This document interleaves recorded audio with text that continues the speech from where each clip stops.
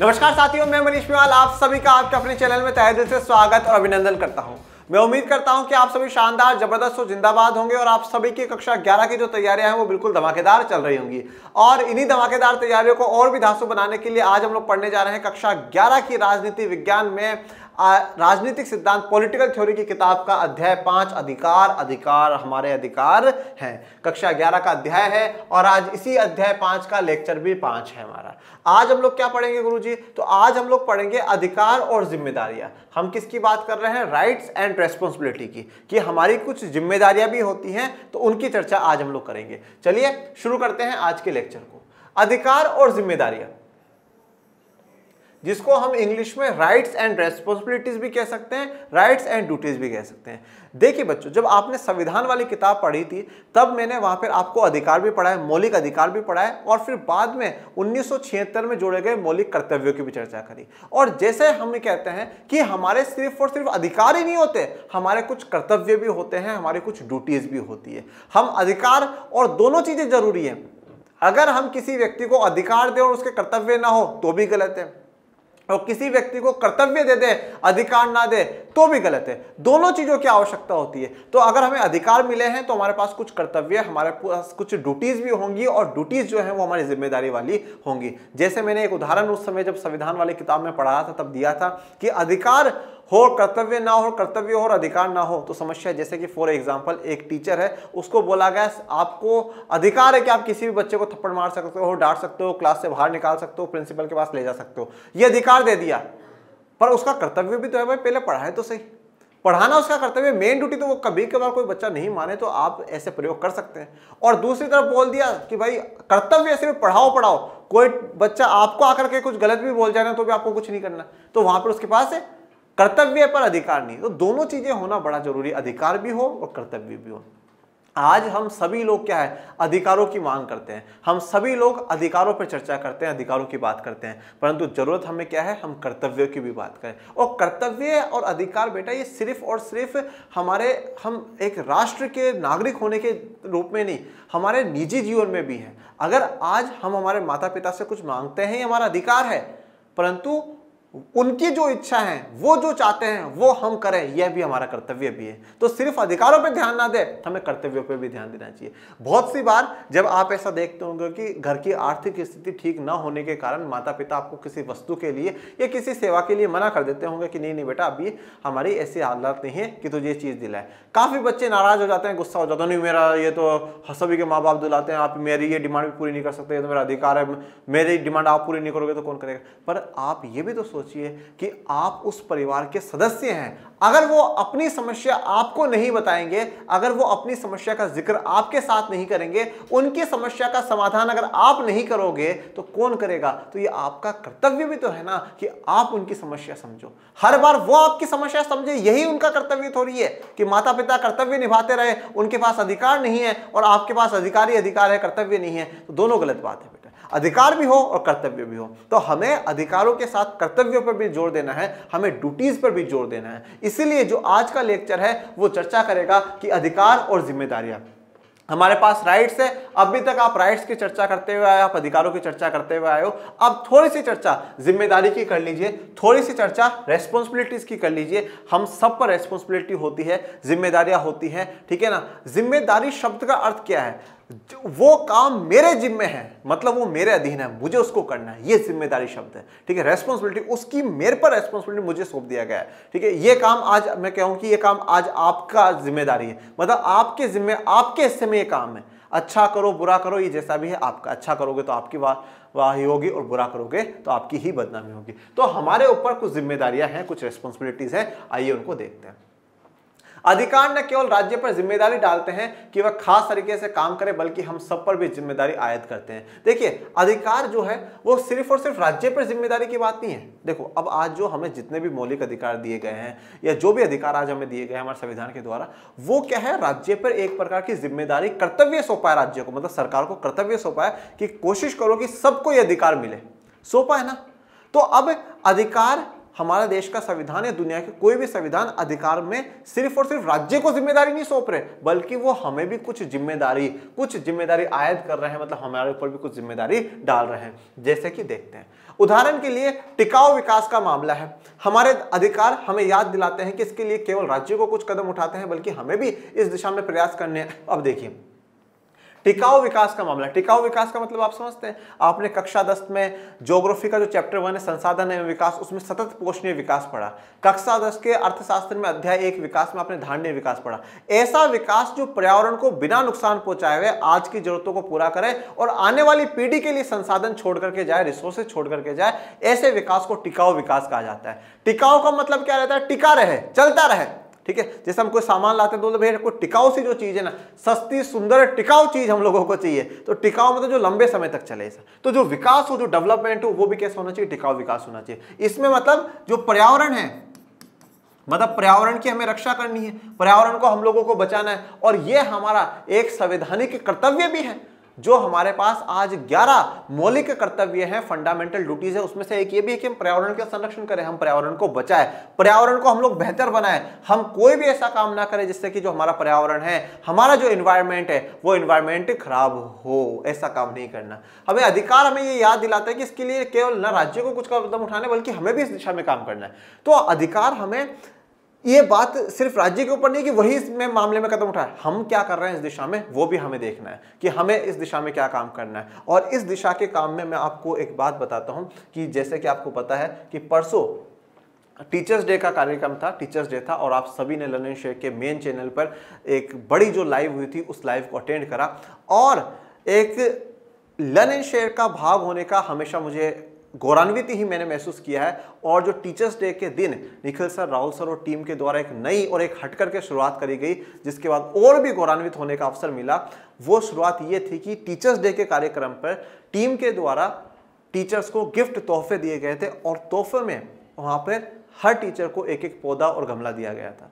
ये एक, मतलब आपने देखा होगा, स्कूल आप जाते होंगे, कॉलेजेस में, सब कहीं पे भी, तो टीचर्स को कोई बड़े बड़े गिफ्ट है, ये पेन दे दिया, वो दे दिया, ये वाली सीनरी दे दी, वो कर दिया। अब काफी लोग जो है ना, सीनरी में बिल्कुल ऐसा हरियाली से सीनरी सा दिखाएंगे, पर हरियाली की सोचता कोई नहीं है, ठीक है। तो ये एक हटकर करके शुरुआत मतलब लर्न एंड शेयर के पूरे परिवार के द्वारा करी गई, और एक बेहतर और शानदार, अच्छी, जबरदस्त जिंदाबाद शुरुआत करी गई। तो मतलब यहाँ पर यह बात है कि हम हर चीज सरकार पे क्यों थोपे कि सरकार करेगी, सरकार करेगी, हम क्या कर सकते हैं, हमें भी ये सोचना चाहिए।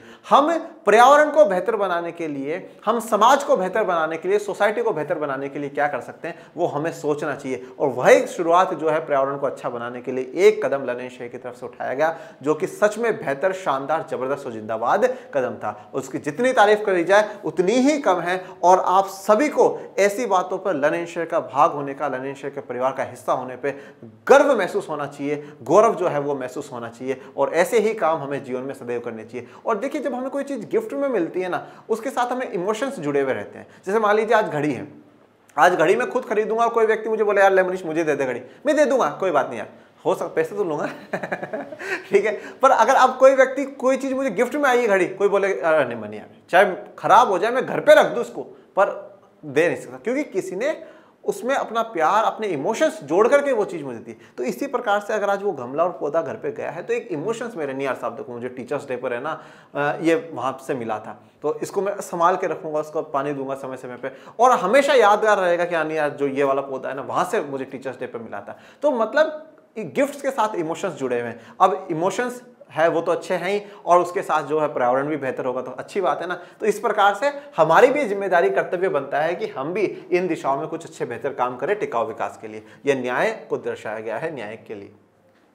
अधिकार हमें बाध्य करते हैं कि हम अपनी निजी जरूरतों और हितों की ही न सोचें, कुछ ऐसी चीजों की भी रक्षा करें जो हम सबके लिए हित करें। तो अधिकार हमें इस बात को लेकर के भी बाध्य करते हैं कि भाई सिर्फ और सिर्फ आप खुद के लिए मत सोचो, आप सिर्फ और सिर्फ खुद के लिए मत सोचो। याद करो सुकरात और ये सब न्याय के लिए क्या कहते थे, न्याय वो नहीं है जो आप बस मेरा भला हो जाए, मेरे दोस्तों का भला हो जाए, रिश्तेदारों का भला हो जाए। न्याय ऐसा है जो सबका भला करे। तो ऐसी बात यहाँ फिर अधिकार हमें बाध्य कर रहे हैं कि सिर्फ खुद का मत सोचो, ऐसे भी काम करो जो सबके लिए हित करो, सबकी रक्षा करे, सबके भले के लिए हो।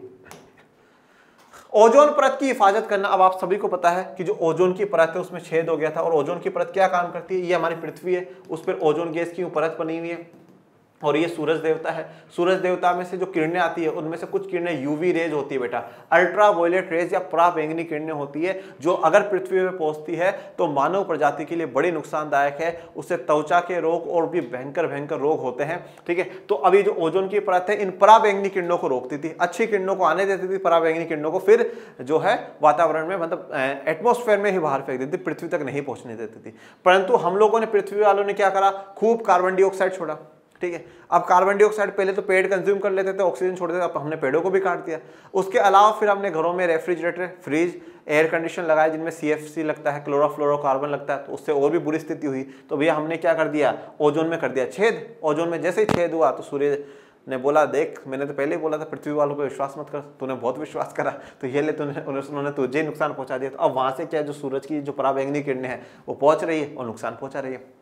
तो ओजोन की हिफाजत करना, वायु और जल प्रदूषण कम से कम करना, ठीक है, नए वृक्ष लगाकर और जंगलों की कटाई रोककर हरियाली बरकरार रखना, पारिस्थितिकी संतुलन कायम रखना आदि ऐसी चीजें हैं जो हम सबके लिए अनिवार्य हैं। तो हम वायु और जल प्रदूषण कम से कम करें, ठीक है, और जो नए वृक्ष हैं वो नए वृक्ष लगाए, जंगलों की कटाई को रोकें, हरियाली बना करके रखें, जो पूरा इकोलॉजी का जो बैलेंस है उस सिस्टम को, उस बैलेंस को बना करके रखें। ये हम सभी के लिए जरूरी है, हम सभी के लिए अनिवार्य है। और एक चीज तो यहाँ पर यह है कि जब भी अगर आप कभी ऐसा जिंदगी में सोचे कि यार मेरे एक के करने से क्या हो जाएगा, मैं पौधा लगा लूंगा, मैं ये चीज कर लूंगा, कर लूंगी, तो मेरे एक के से क्या हो जाएगा, तो हमेशा एक बात ध्यान रखिए कि शुरुआत एक से ही होती है।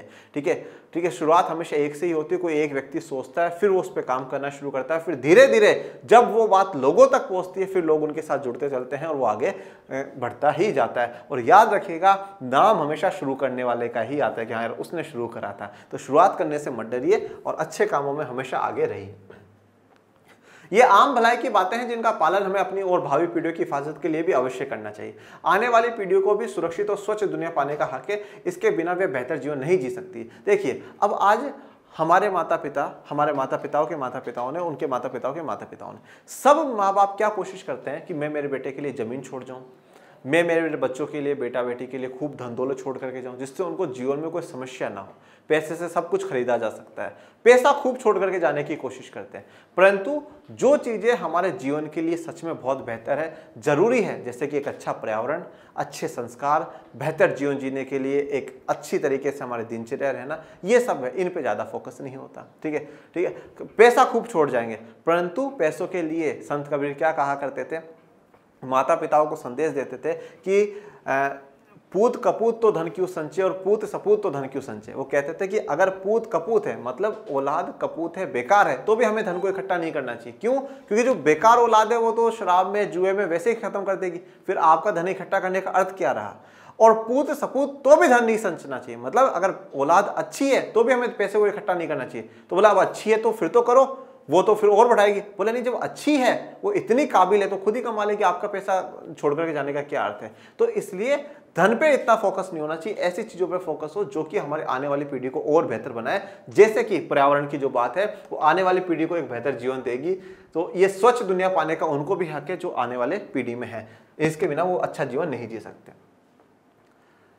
अब पहली बात तो ये हो गई कि अधिकार हम पर भी कुछ जिम्मेदारियां सौंप रहे हैं, और उन जिम्मेदारियों में पहली बात ये है कि हम टिकाऊ विकास के लिए सोचें। तो पहला तो काम ही हो गया। दूसरा, अधिकार ने क्या कहा, अधिकार ये अपेक्षा करते हैं कि मैं अन्य लोगों के अधिकारों का भी सम्मान करूं। दूसरी जिम्मेदारी क्या सौंपी है कि मैं मेरे अधिकार के साथ दूसरे के अधिकार के भी सम्मान करूं।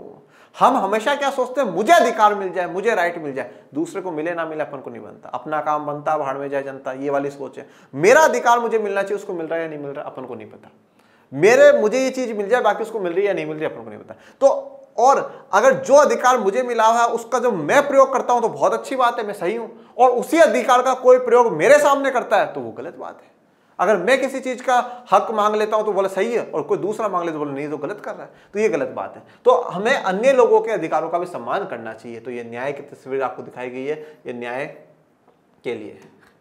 अगर मैं कहता हूं कि मुझे अपने विचारों को अभिव्यक्त करने का अधिकार मिलना ही चाहिए, तो मुझे दूसरों को भी यह अधिकार देना होगा। ठीक है, तो अगर हम ये कहते हैं कि भैया मुझे मेरे जो विचार है उनको अभिव्यक्त करने का अधिकार मिलना चाहिए, तो भैया मैं ये अधिकार दूसरे को भी दूं कि हाँ भैया आप भी अपनी बात रखिए, आप भी अपने जो विचार हैं, आप भी जो अपने राइट, जो भी आप बात रखना चाहते हैं वो रखिए। क्यों? क्योंकि जब मैं बोल रहा हूं तो आपको भी बोलने का अधिकार, क्योंकि अधिकार सबको बराबर है। तो हमें हमारे बात को अभिव्यक्त करने की आज़ादी है तो दूसरे को भी होनी चाहिए। मजाक के लिए बता रहा हूँ, कुछ लोग तो ऐसे होते हैं जो अगर एक बार बोलना शुरू कर देते हैं तो सामने वाले का पता ही नहीं है बेचारा, उसको बोलने नहीं देते हैं। अरे भाई साहब ये ऐसा ऐसा, अरे भाई साहब फिर वो तो भाई साहब जहाँ तक बोलता है या तो या भाई साहब तो दूसरी बार शुरू कर देते हैं। कुछ लोग ऐसे भी होते हैं, तो उनको भी ये लेक्चर देखना चाहिए और बोलना चाहिए कि अगर आप बोल रहे हो तो दूसरे को भी बोलने का मौका दो। मतलब अगर आप अपना कोई अधिकार का प्रयोग कर रहे हो तो वो अधिकार दूसरे के पास भी है और उसको भी उसका प्रयोग करने दो। अगर आप कहते हो कि मैं ये कपड़े पहनूंगा तो फिर आप दूसरे पे भी रोक मत लगाओ, उसको भी वो कपड़े पहने दो। आप कहते हो मैं यहां जाऊंगा तो फिर दूसरे को भी मत रोको, उसको भी जाने दो। आप कहो मैं ये काम करूंगा तो फिर आप दूसरों को भी मत रोको, उसको भी वो काम करने दो। तो अगर आप किसी चीज का किसी भी का भी अधिकार का प्रयोग कर रहे हैं तो फिर उस अधिकार का प्रयोग जब दूसरा करे तो उसका विरोध नहीं होना चाहिए, वो अधिकार उनको भी देना चाहिए। मैं स्वतंत्र भाषण देने के अधिकार का इस्तेमाल अपने पड़ोसी की हत्या के लिए, भीड़ को उकसाने के लिए नहीं कर सकता। अब कोई भी व्यक्ति भाषण दे, किसी भी व्यक्ति के खिलाफ या किसी वर्ग के खिलाफ भाषण दे और यहां तक कि पड़ोसी की हत्या करने के लिए भीड़ को उकसाए, यही बेकार आदमी, मारो इसको। अब वहां बोलो और पुलिस आ जाए पकड़ के ले जाए और बोले अरे सब गलत कर रहे हो आप, हमें आर्टिकल 19 के तहत अभिव्यक्ति की आजादी है, मैं स्वतंत्र हूं, मैं कुछ भी बोल सकता हूं। ऐसी आजादी नहीं है। तो स्वतंत्रता आपको भाषण देने की, आपको बोलने की, आपको अपने विचार एक्सप्रेस करने की आजादी है, परंतु ऐसी नहीं जिससे कि दूसरे की जो स्वतंत्रता है, दूसरे की जो फ्रीडम है वो खत्म हो जाए। ये अभिव्यक्ति की स्वतंत्रता का जब हमने टॉपिक पढ़ा था सामाजिक न्याय वाले में, समानता वाले में, हमने तब भी देखा था। इसके अलावा हमने बात जब संविधान वाले किताब में हम स्वतंत्रता के अधिकार पढ़ रहे थे तब भी देखा था, और आज हम वापस स्वतंत्रता की बात कर रहे हैं। अपने अधिकारों का प्रयोग करने के लिए मैं दूसरों को उनके अधिकारों से वंचित नहीं कर सकता, तो मैं खुद के अधिकारों का प्रयोग करने के लिए दूसरों को उनके अधिकारों से वंचित नहीं कर सकता। ठीक है, जैसे फॉर एग्जाम्पल आज एक म्यूजिक में, अच्छी म्यूजिक में गाने सुनना मेरा अधिकार है, मैं फ्री आज़ाद भारत का आज़ाद नागरिक हूँ, सुन सकता हूँ, जोर जोर से डीजे बजा बजा करके मैं अपने गाने सुन सकता हूँ। परंतु इससे दूसरे का भी तो अधिकार उल्लंघन हो रहा है। क्या उल्लंघन हो रहा है? उसको भी तो एक शांतिपूर्ण जीवन में रहने के अधिकार है। तो वहां पर आप ऐसा काम मत करो कि उसका भी अधिकार का उल्लंघन हो। आप कोई फंक्शन है तो आप बहुत तेजी से बजाओ, चलो एक दो दिन एडजस्ट कर लेता है, हर व्यक्ति एडजस्ट करता है, परंतु डेली वही साहब ये लो सुबह चलाया, सुबह से लेकर के रात तक जोर जोर से चला रहे, वो नहीं। तो आप कम वॉल्यूम में सुनिए, आपको सुनने का अधिकार है बिल्कुल, पर कम आवाज में, इस प्रकार से। दूसरे शब्दों में मेरे अधिकार सबके लिए बराबर है और एक ही अधिकार के सिद्धांत से सीमाबद्ध है। देखो अब क्या कहा गया, मेरे अधिकार सबके लिए बराबर है, मतलब मेरा अधिकार जो है वो सबके लिए बराबर है, सबको मुझे ये अधिकार देना होगा, और मैं एक अधिकार से सीमाबद्ध भी हूं, बधा हुआ भी हूं कि मुझे भी सबको अधिकार देना होगा। ठीक है, मतलब ऐसा नहीं हो कि हम सिर्फ और सिर्फ खुद की सोचे, दूसरों की भी हमें सोचनी होगी, दूसरों को भी साथ लेकर के चलना होगा। यहाँ पे जो तस्वीर दिखाई गई ह्यूमन राइट्स, मानव अधिकारों की दर्शाई गई equality, freedom, peace, hope, dignity, rule of law, prosperity, justice, ये सब हम चाहते हैं कि हमें ये सब कुछ मिले, और हम जो चाहते हैं वही हम दूसरों पे भी देना चाहते हैं। ठीक है ना, जैसा कि मैं आपको कहता हूँ कि अगर आपको जीवन में कभी ये मापना हो कि हम सही कर रहे हैं या गलत कर रहे हैं, तो ये चीज़ आप कभी खुद पर लेकर के देखिएगा कि अगर यही चीज़ मेरे साथ होती, कोई मेरे साथ करता, तो क्या ये सही होता या गलत होता? तो क्या ये सही होता या गलत होता? जब आपको लगे, ईमानदारी से सोचेगा कि हाँ, अगर आपको लगे कि हाँ नहीं यार, अगर ऐसा मेरे साथ होता तो बिल्कुल ही अच्छी बात नहीं है, तो फिर आप वो दूसरे के साथ कर रहे हो तो फिर उसके साथ अच्छा कैसे हो सकता है? अगर आज कोई आपको बोलने से बार बार में रोके तो आपको कैसा लगेगा? बुरा लगेगा ना। तो फिर आप जब किसी दूसरे को बोलने नहीं दे रहे हो, उसको स्वतंत्रता का अधिकार नहीं दे रहे हो, तो फिर कैसा लगेगा? अगर किसी व्यक्ति का कोई पड़ोसी उसकी हत्या के लिए लोगों को उकसाता है, तो सोचे कि अगर यही पड़ोसी मेरी हत्या के लिए उकसाए, तब फिर आपको बुरा लगेगा, डर लगेगा, तो फिर आप उसके लिए क्यों उकसा रहे हो? तो हमें हमेशा उस परिस्थिति की कल्पना करनी चाहिए जैसी परिस्थिति हम दूसरों के लिए कर रहे हैं। और ऐसा कहा भी जाता है ना कि अगर दूसरों के लिए खाए खुदोगे तो खुद के लिए ही खुदती है, गिरते हैं हम उसमें खुद ही। तो दो बातें हो गई। अब तीसरा, हमारी क्या जिम्मेदारी दी है अधिकारों ने? टकराव की स्थिति में हमें अपने अधिकारों को संतुलित करना होता है। टकराव की स्थिति में क्या है? ऐसी मतलब ऐसी स्थिति होती है जहां पर हम कहते हैं कि हमारा अधिकार भी है और नहीं, वहां पर थोड़े से प्रतिबंध भी हो जाते हैं। तो आइए देखते हैं कैसे। मसलन अभिव्यक्ति की आजादी का मेरा अधिकार मुझे तस्वीर लेने की अनुमति देता है। तो भाई अभिव्यक्ति की जो आजादी है ये मुझे पूरी आजादी देता है कि मैं कहीं भी किसी स्थान की तस्वीर ले सकूं, फोटो ले सकूं, बिल्कुल फ्री हूं। लेकिन अगर मैं अपने घर में नहाते हुए किसी व्यक्ति की उसकी इजाजत के बिना तस्वीर ले लूं और उसे इंटरनेट में डाल दूं तो ये उसकी गोपनीयता के अधिकार का उल्लंघन होगा। ठीक है, मतलब अब आप किसी भी ऐसे व्यक्ति की तस्वीर ले लो तो वो तो गलत बात होगी ना। अब आप वहां कहो नहीं ये तो मेरा अभिव्यक्ति की आजादी का, स्वतंत्रता का अधिकार, नहीं, गलत बात है। ये उसकी जो गोपनीयता है, उसकी जो प्राइवेसी का मैटर है, उसकी प्राइवेसी के खिलाफ हो जाएगा, उसका उल्लंघन हो जाएगा, जो कि ये भी अधिकार का उल्लंघन रहेगा। तो यहाँ पे प्लीज रेस्पेक्ट माय प्राइवेसी, तो हमें हमारा सबकी जो गोपनीयता है, उसकी प्राइवेसी है, उसकी रेस्पेक्ट करनी चाहिए।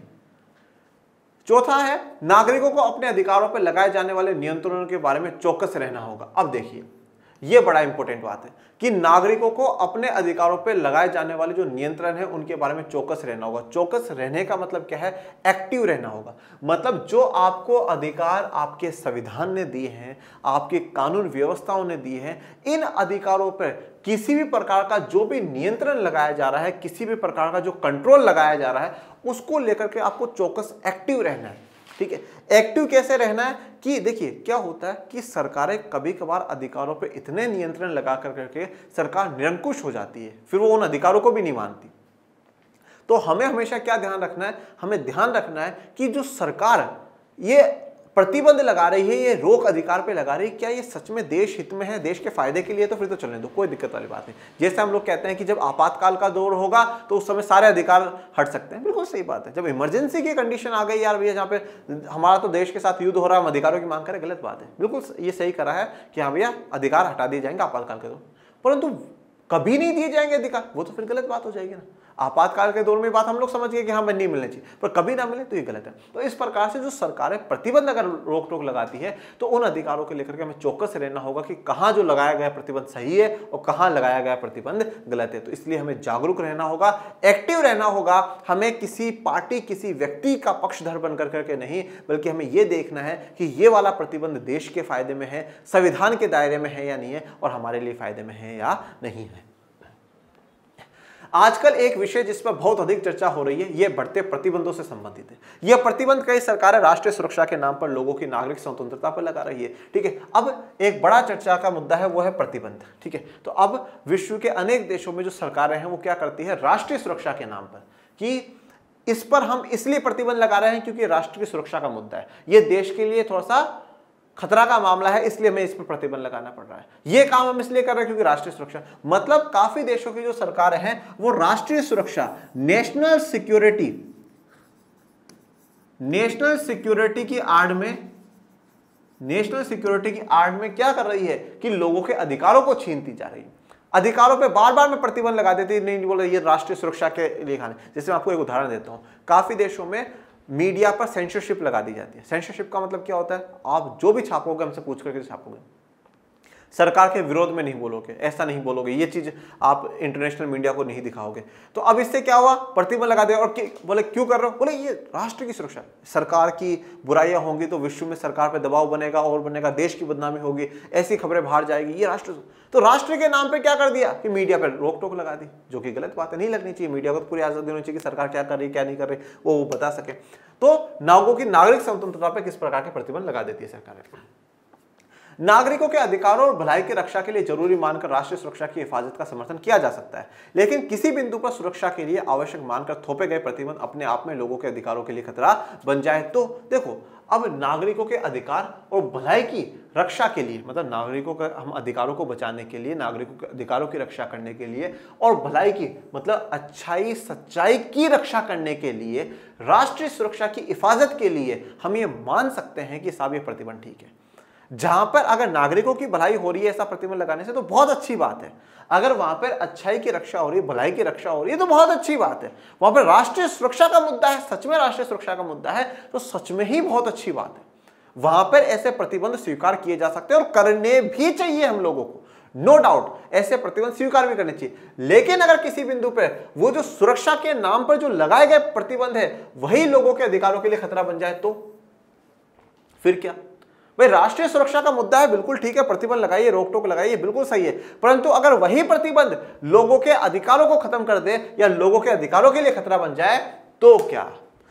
क्या आतंकी बमबारी की धमकी का सामना करते राष्ट्र को अपने नागरिकों की आजादी छीन लेने की इजाजत दी जा सकती है? ये क्वेश्चन मार्क्स है, ध्यान रखिएगा, क्वेश्चन है, बोल नहीं रहा है, ठीक है, क्वेश्चन पूछ रहा है कि आतंकी जहां बमबारी होती है वहां पे राष्ट्र को अपने नागरिकों की आजादी छीन लेने की इजाजत दी जा सकती है। देखिए यहां पर अगर आप देखें कि भैया ऐसी कंडीशन है तो वहां पे नागरिकों को आजादी नहीं, नागरिकों को सुरक्षा की बड़ी जरूरत है, ठीक है ना, भैया सुरक्षा मिलनी चाहिए। अगर उनकी सुरक्षा के चक्कर में कुछ अधिकारों को रोक लिया जाता है तो कोई गलत बात नहीं है।